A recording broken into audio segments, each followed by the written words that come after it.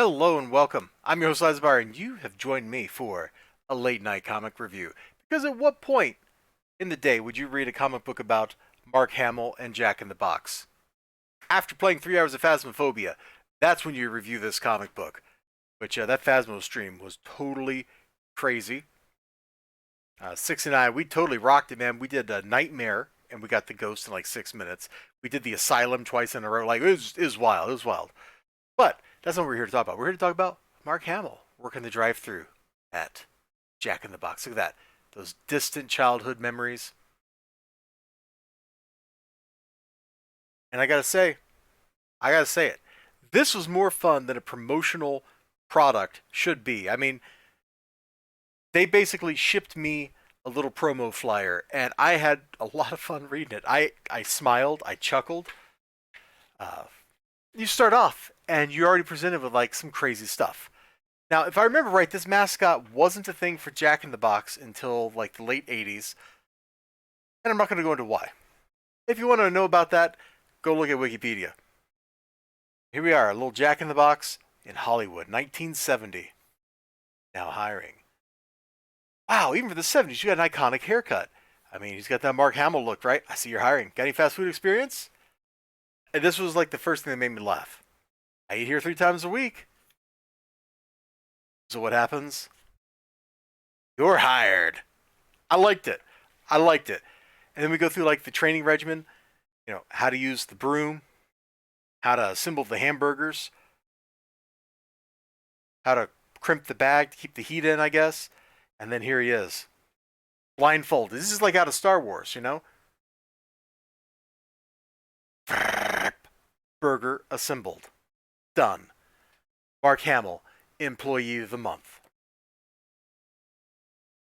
And there's a couple pages of these hijinks, but the important thing is, drive-through guy gets hurt. This is right after Mark Hamill's like, hey, can I work the drive-in? And Jack is like, oh no, you got to work up to that. Driving guy gets hurt. Mark gets on the microphone. Yeah, he gets a little too silly in a ridiculous clown voice.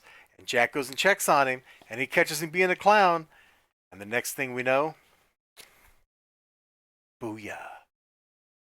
Mark is fired and carrying his stuff out. Fast forward a little bit, and there's I guess we'll show the bottom of this, like the bottom half of these pages, but you can see like they're seeing each other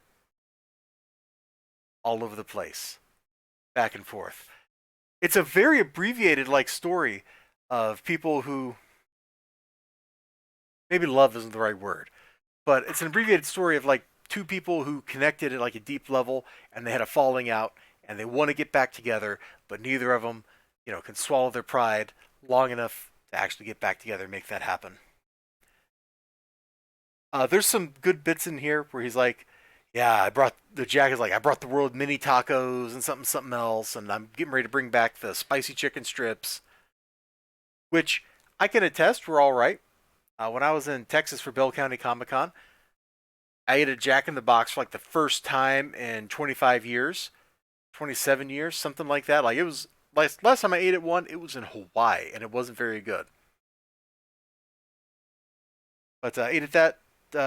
It was just south of Dallas on the way to Belton, and it was okay. In fact, I got the spicy chicken strips because they were new on the menu at the time, and as if that wasn't enough, they have this stuff called yum yum sauce.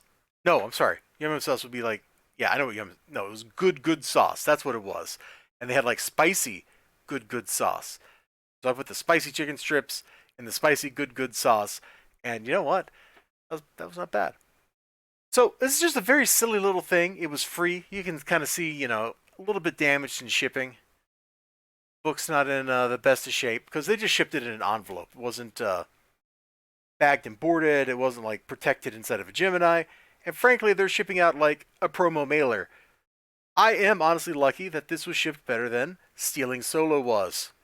They actually put this in an envelope as opposed to just slapping a mailing label on the back and sending it to me. So, for that, I'm happy.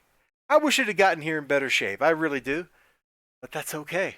I don't know if these are still on their website, But it might be worth going and checking that out if you want.